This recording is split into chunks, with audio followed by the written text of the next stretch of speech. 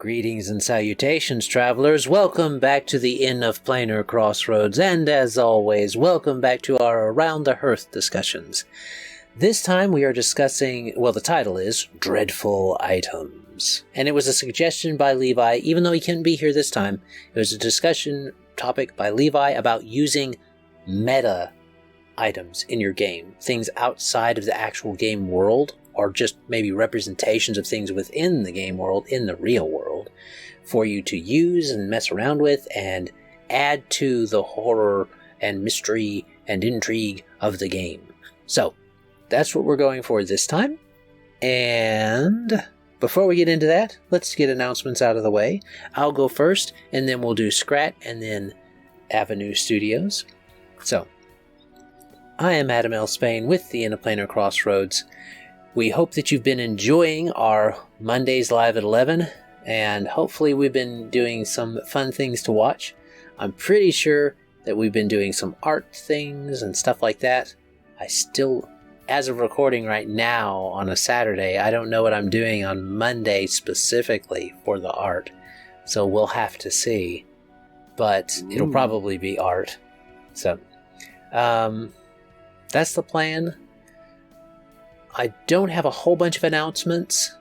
Something I keep forgetting to announce is that when you do support us, because we are supported by travelers and viewers like you, just like our outro says. So when you do support the Inn of Planar Crossroads, you get added to our list at the end during the blooper section, as well as getting added to that every time we do our lives. We have our supporters up there too. And you get access to our Discord. So there you go. That's everything I have right now. Let's go to the next. Skrat. That's me, Skrat from Squirrel Plays, over on YouTube. Slowly figuring it out. For the most part, I'm a video essay style of channel talking about the mechanics of storytelling, like characters and world building. For example, currently working on a video about femme fatales, so that'll be old news by the time this comes out. But I also talk about the mechanics of TTRPGs, both in the storytelling sense and actual gameplay mechanics. And I am trying to get more and more into other new TTRPGs, smaller ones, rules light, because squirrel brain. I struggle with those crunchy ones. No worries. Awesome. All right. Tagrit. Yep. Dan and Kristen, Avenue Studios. Find us on YouTube, Rumble, and anywhere you listen to your podcasts. Of course, during these themed collaborations with the Inn of Planar Crossroads, you can join us Thursday, 7 p.m. Eastern, live on Rumble for playing games specifically for Dark December. We're going to do 2 horror games. We'll have already done the one with Alex and our supporters.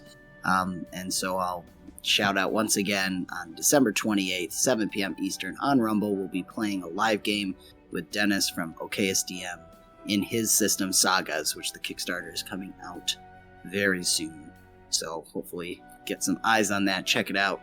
It's another rules light system, so and we're gonna have a lot of fun with DM Tales, Tyler from MinMax Podcast, and Adam from the Inn of Planar Crossroads. So I'm really looking forward to that. And of course, join us Wednesday, 6:30 p.m. Eastern for AfterQuest, Nobles, and then some new stuff as we enter into the new year. We're gonna be coming to the end with some shows we've had for a while and starting some new stuff. Hopefully you'll like it. We'd love to hear feedback as we get to it. And yeah, that's us. Merry Christmas, you filthy hobbits. Merry Christmas, you filthy hobbits. And a Happy New Year. All right. This actually will be coming out. I'd have to look at the calendar, but it'll be coming out close to Christmas, so appropriate. Yeah, should be a little before. All right. Well, I think we're done with announcements. That means we need to get on to Levi's namesake, which is Levi's Spotlight. So that is my pick this time, and it is Wiz and Pippi's Adventures. So they go through and explore RPGs with games, lore, and GM guides. You can check them out. They've been pretty consistent over the past few months. They did one a long time ago, and then they've been pretty consistent, like I said, for the last month or so. So go show them some support. They are at 93 subscribers now, I think. Let me refresh. Yes, 93 subscribers right now because our Avenue Studios folks subscribe over there. there. Comment in now about how you sent me over here. So. Ah, yes, do the same when you go and see them. We're trying to get them up to not just 100, let's get them up to 200. You know, shoot for a increase for them. So, there you go. Check them out. And I think that means we're done with our announcements. We're done with our shout out. So, now is the time to grab your preferred beverage and join us around the hearth. Cozy up to the fire this December. While it's dark outside, the bright light of it will warm you as we discuss dreadful items. Skull. Cool. It makes me happy every time, Skrat. All right. So, let's do what we usually do. And then we'll do some key points. So, I can't be the only one. Ooh, dreadful items. There's a squirrel finding a dreadful item. Yeah. Ooh, nice. I love that. Yeah. So, don't be like the squirrel. Okay? Squirrel's too curious for his own good. He's going to touch the item. We need one player to touch the item. So, some key points. I can't be the only person who thought of the puzzle box from Hellraiser, but that's a thing. As far as real key points, Dread was the game that kicked this idea off for Levi. So Dread uses a Django tower, and I think during each time a stressful event happens or some kind of test happens, you have to do the Jenga thing. Really? I have not played this. Yeah, and it acts like a timer. So it times out the scene. So when it falls, the scene happens type of thing. Or something along that line. So that's a way you can do that with a Jenga tower. I've seen that done with Dread. There are also, you can of course use IRL puzzles. 3D puzzles work really well for this too, because everybody can work on it and stuff like that if you want to do something along that line. And this doesn't have to be a directly spooky thing to start with. It may just have, as each puzzle piece is placed, you can even use a big kids puzzle and put whatever you want on it, whatever image.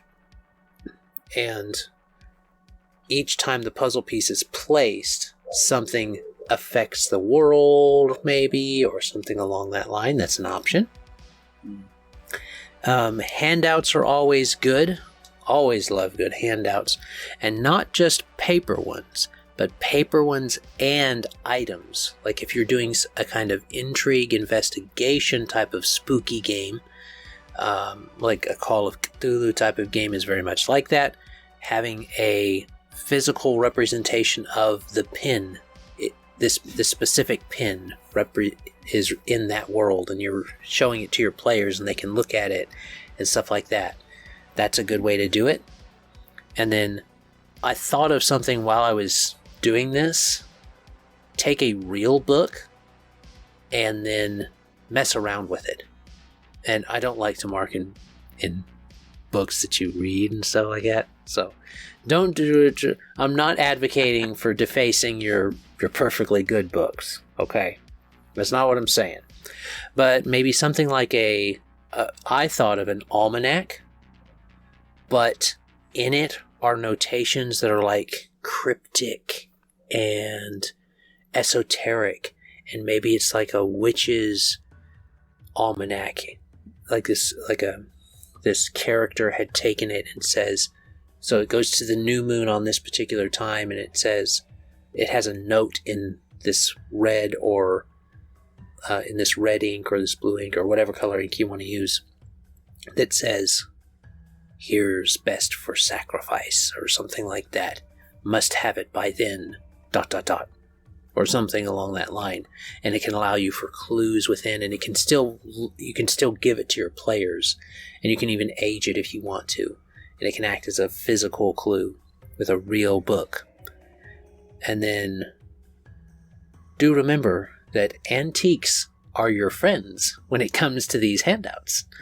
So stop in at a little knick-knack store or something along that line, and you can say, this is what you find, and actually give them something. And you'll find weird antiques all the time. So I know it may be absolutely unthinkable to poor Skrat, but there have been squirrels and mice and stuff stuffed and propped up taxidermy style in different poses and doing different things. So those are so those might be interesting to incorporate, though they may be related to Skrat. That's how they honor their dead. They honor their dead with taxidermy. I mean, we laugh, but Egyptians. Yeah. Well, Fair enough. And then my final thing is actually something I was like, ooh, this would be really good. A black box that they put their hand in, and it acts as a sensory box. You say, because, you can always tell them, you feel this as you reach in. Well, what if they could actually reach in and feel something? Like worms, or they're having to reach through. You say you can't see down there, but you put your hand down there to dig through that and find it. And so you have them actually put their hand in and dig through a bunch of dirt to find the key or something. So stuff like that really kick off a game. So that's what I've got as far as things to get the juices flowing. So any of you guys got specific things you want to say? Found some cool items before we started. Oh. Yeah. Let's see. Here's one called Soulbound Chains. Chains that, when wrapped around a weapon, grant it supernatural powers. However, the chains slowly bind the wielder's soul, making it difficult to part with the weapon. Okay. Yeah. Oh, that one was neat. And then a Phantom Quill that writes on its own, recording events yet to happen, and if let's say the writings are cryptic and you attempt to change fate, it can have dire consequences. I had a book in the first campaign, the one I was talking about earlier with all the individual player quests and stuff. In the book, it was he found it at some junk store super early in the campaign, and I just rolled. This is when I first learned how to do all this. There was some junk table you could roll, and he rolled a book that was missing the last chapter, and he was kind of a silly guy, so he's like, I'm gonna buy it. So he had it for months, and then he finally whooped it out one time. He's like, I'm gonna read my book, and I was like, okay. It's no longer has the same words. It's all the adventures you've been on so far. And he was like, oh, well, that's weird. And then when it was his turn for his personal quest, it was writing ahead. That's how he knew where to go. Yeah. Not That's the spookiest thing in the world, but it was kind of fun.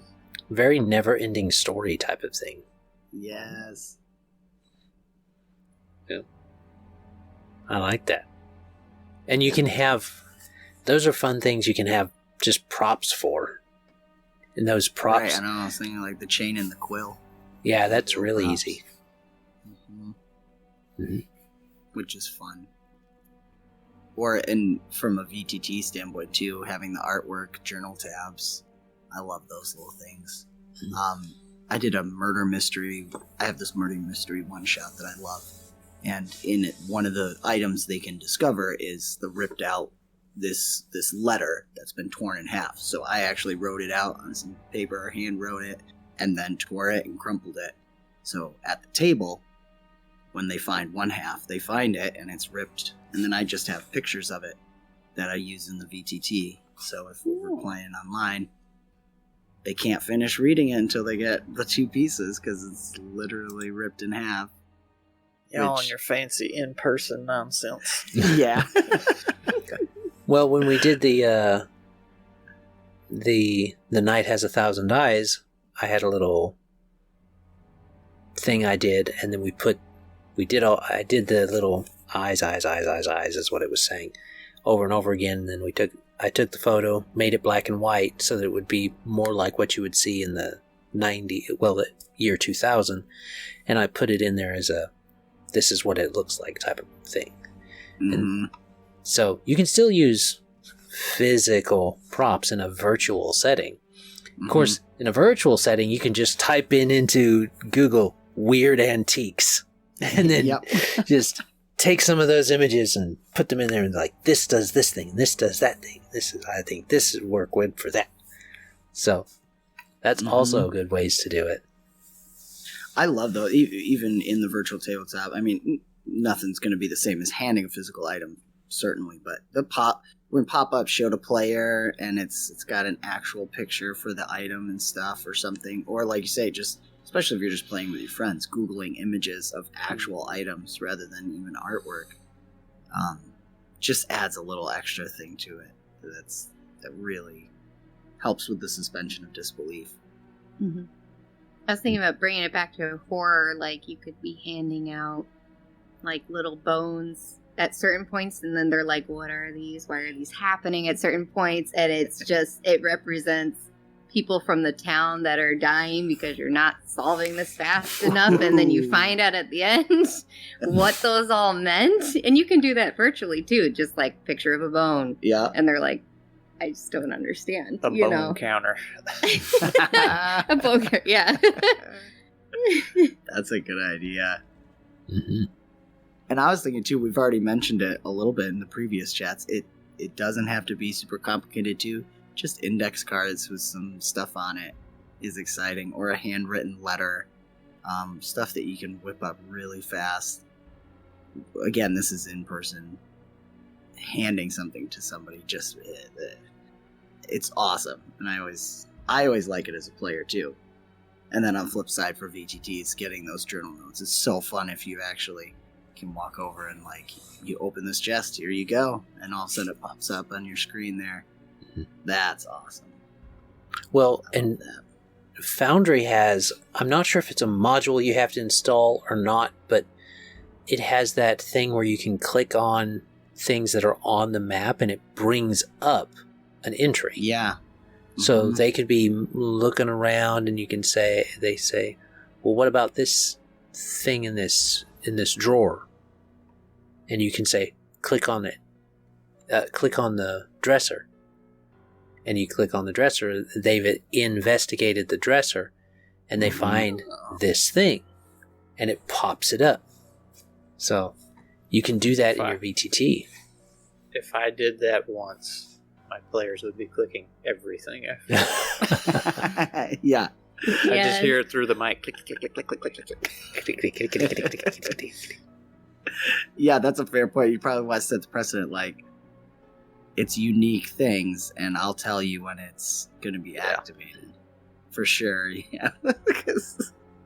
Well, you can also... your video game style going through and checking every... Pixel perfect clicking. Yeah. For the adventure games. Because that's what you're making, is a point-and-click adventure game when you kind of do that thing. You're imitating it. But I think you can turn it off and on when it toggles. So you can ask for the roll first. Nice. That must be a module. I know you can put like some stuff down and click on journal entries, but I don't know if you can tie them to objects. I'll have to ask Jacob about that. I think I saw it on someone would make a landing page for their players and their campaign, and it would have backpack and then characters. It would have the characters' pictures there, and you could click on their portrait art and it would pull up their stuff. And then world map was another one. You click on the world map and it would pop up the handout for the world map. So there's ways you can do that in VTTs. So there you go. That's awesome. And I was even thinking. Oh, go ahead, Adam. I was just saying, even if you play in person but still use a VTT, you can take a picture of the handout or the item that you're giving them.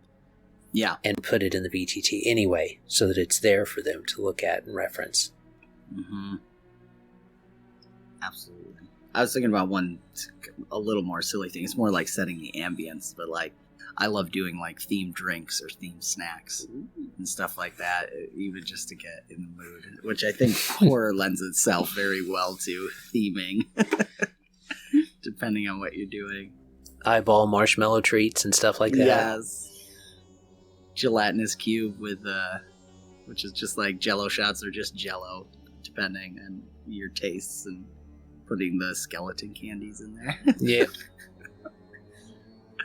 But I love that too, just to get everyone in the mood for it. Like Kristen was saying in the last one too, getting the lights low, get the candles out, make it a romantic day. Romantically horrifying. Yes. Yeah. I was thinking, it kind of seems like it lends itself to mystery games and stuff. So it started making me think of like the game Clue, and you could do a similar kind of game together. Who killed them with what, and you have all the items there. That's a lot of board games have items. And one of the players is the killer, and so it all turns into a accusing them and finding new items, and the GM's taking it out. And so I don't know. That sounds like a lot of fun.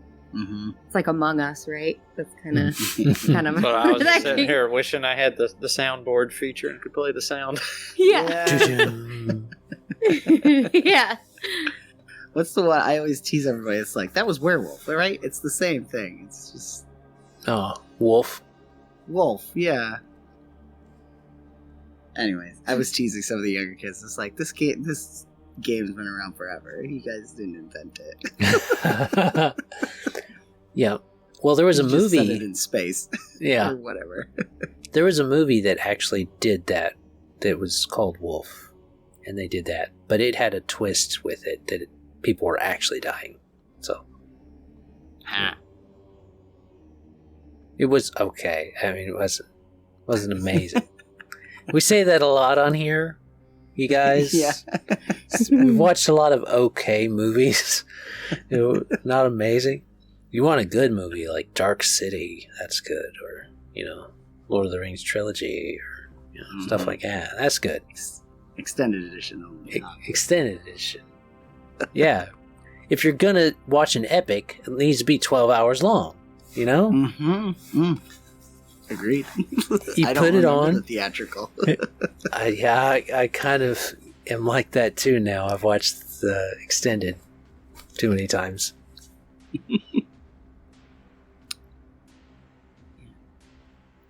Yeah, I can't think of much else. Envelopes too. It's really anything to add a little fun to your game. I'm sure Levi would talk about his ducky game again too. His ducky game with the miniatures. Yeah, and we mentioned the board games before, but you don't have to get a full-on prop. You could just get a small prop, especially if the clue that you're giving to try and solve this horror mystery or this intrigue or to break the curse or something like that, it's attached to a specific small little token, or even you can say that you have to get all the charms back on the charm bracelet. Maybe there's a poltergeist and it is the ghost of a little girl, and she needs to be released. She needs to have all these charms back on her charm bracelet that was special to her and stuff. Something like that, maybe. And so you have these little charms that you get back out. As they find them.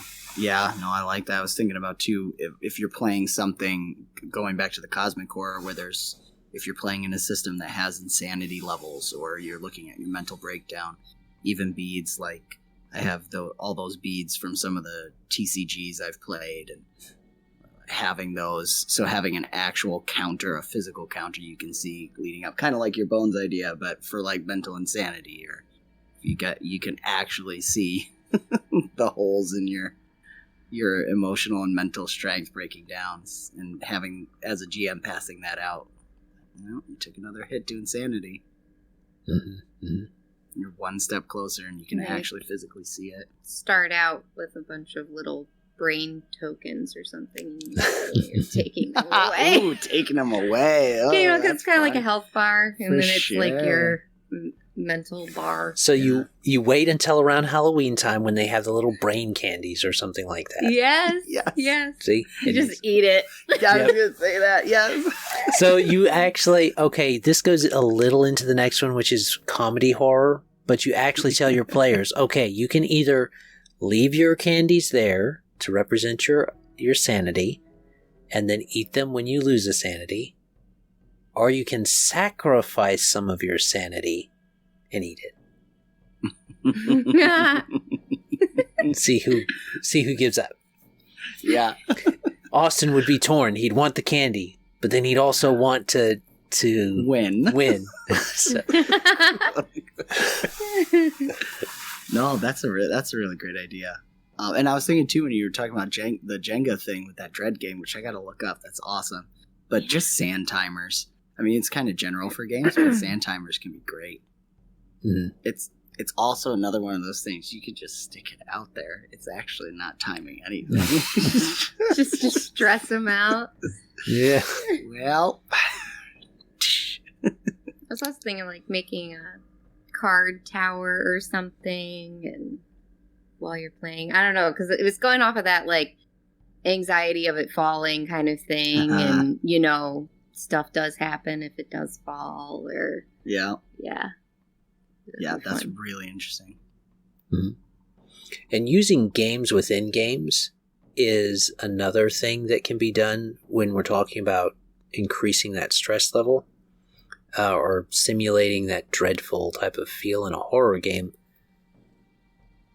It can be something as simple as a game of blackjack that's not just a game of blackjack.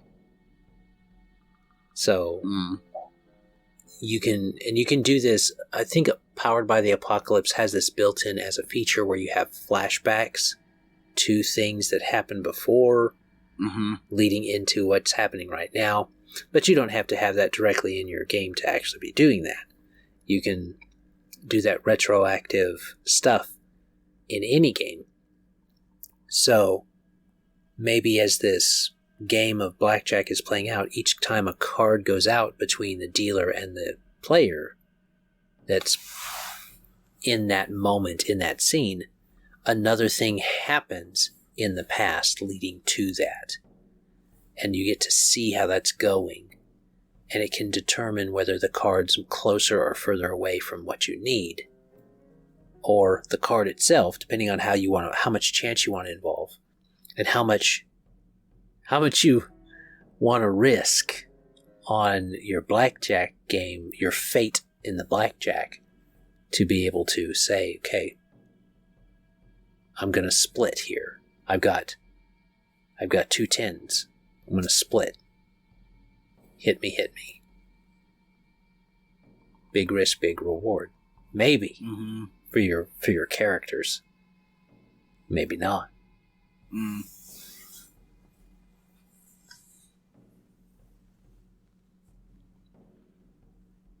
Like it. And just in case you're worried about my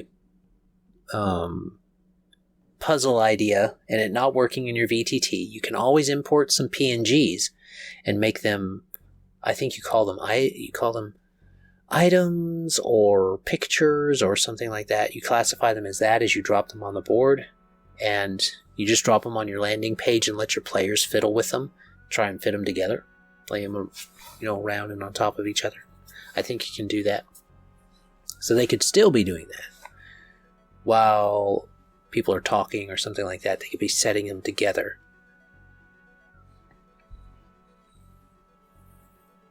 Nice. All right. I think we are pretty close to our time. as far as that goes. Let me see. Do you guys have... does anyone want to start, or should I assign who's starting on final thoughts? I feel Okay. like we should roll dice for this, Ooh, all things okay. considered. All I right. got 4 people. It's a D4. Let me see.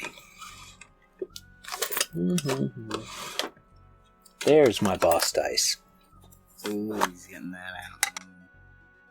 Yep, my Nahazik dice. Depending on what players are deciding, by the way, I might have to have you roll some stuff Oh, Kristen got it. in the background. Oh. Ah! So that means we'll start with Avenue Studios, Kristen specifically, and then we will go to Skrat and then me. Sounds good. Yeah. So, I mean, I like this as, like, in-game setting. Like, I just think it would be so fun to do things.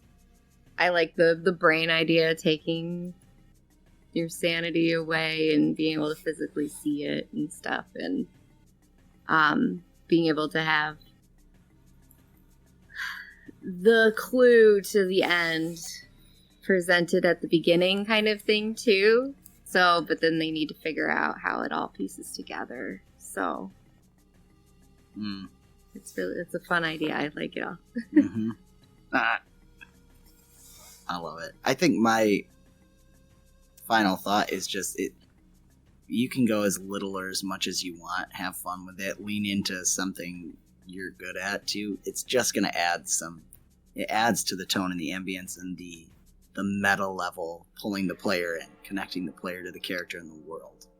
I love these things. And like we said, you can do a lot with that in VTTs as much as in person, just with artwork and pop-ups, journal tabs, and all that stuff.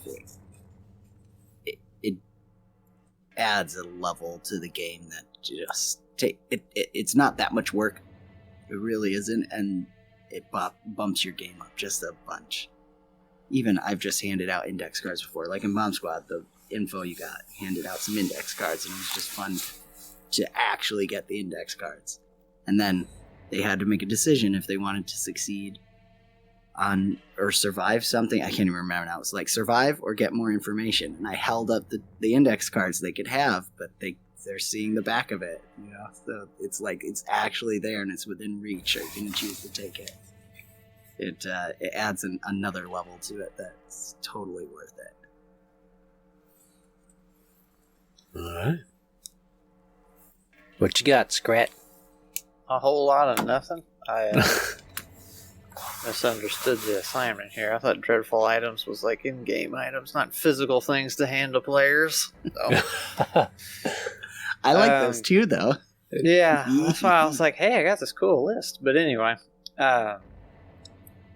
being the VTT guy, I'm kind of limited here, but I was thinking, we're talking about the handouts and stuff. I guess one thing you could do with VTT handouts, at least in Foundry, say you got 4 players, you could have 4 handouts that are close. They're all named the same thing, but the contents are different, and you share them one with one person and say you're sharing them, the one with everyone, and just let them slowly figure it out. Yes. Yeah, that's great. Mm-hmm. Mm-hmm.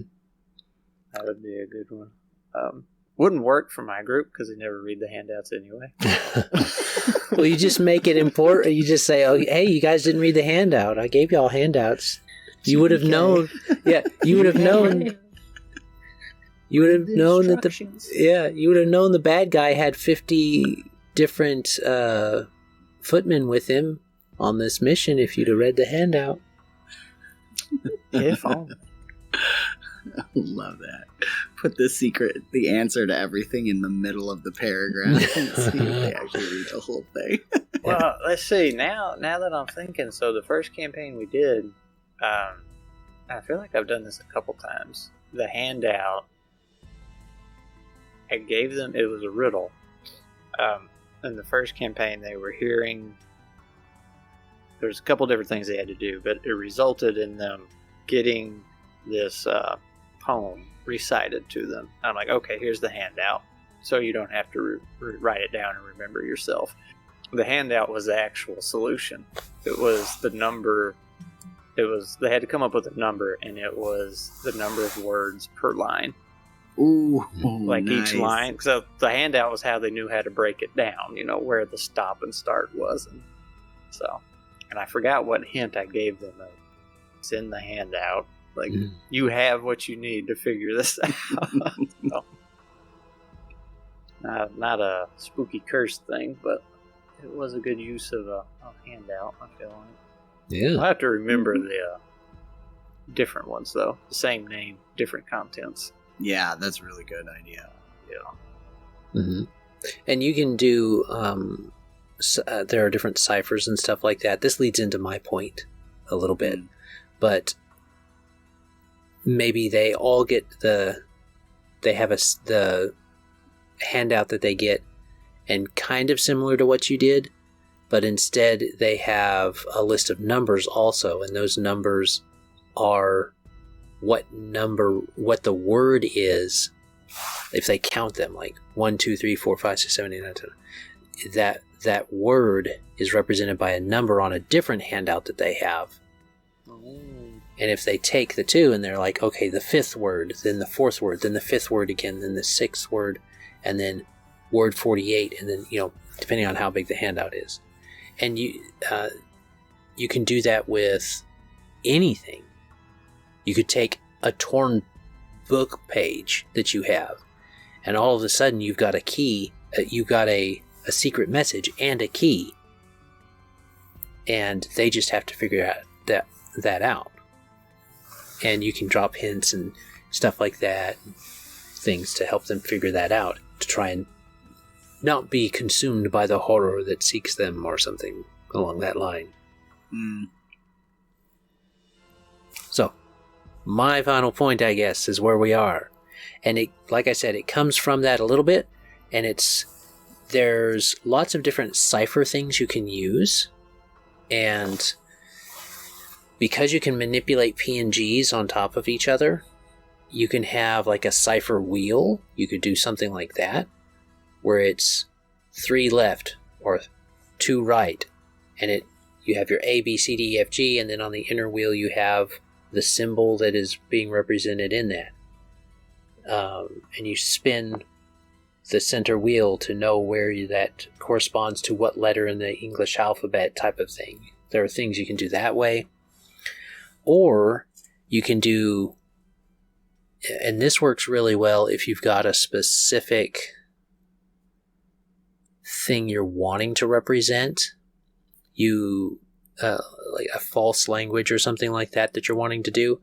You can have little tokens that have the language that you speak on one side, that representation, and then you have on the other side a symbol.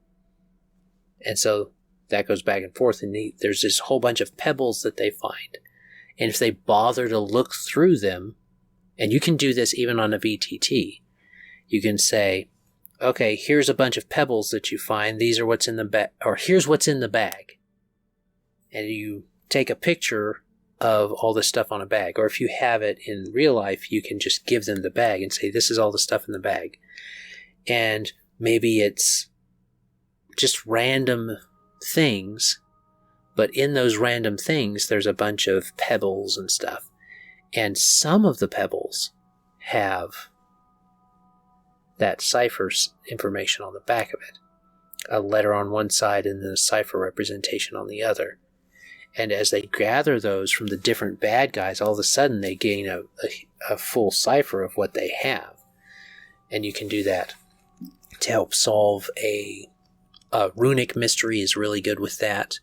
As far as spooky stuff, finding the right symbols to break a curse or to keep the curse from being instituted and such. So, yeah. Nice. All right. Well, I think we have come about to the right spot for our Dark DescentBer's discussion on dreadful items. A little bit of everything kind of mixed in there for you. So let us know how you use it in your games. But for now, as always, have a great day. God bless and enjoy. Bye. Bye.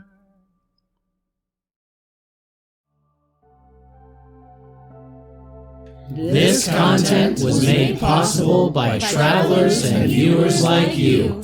Thank you.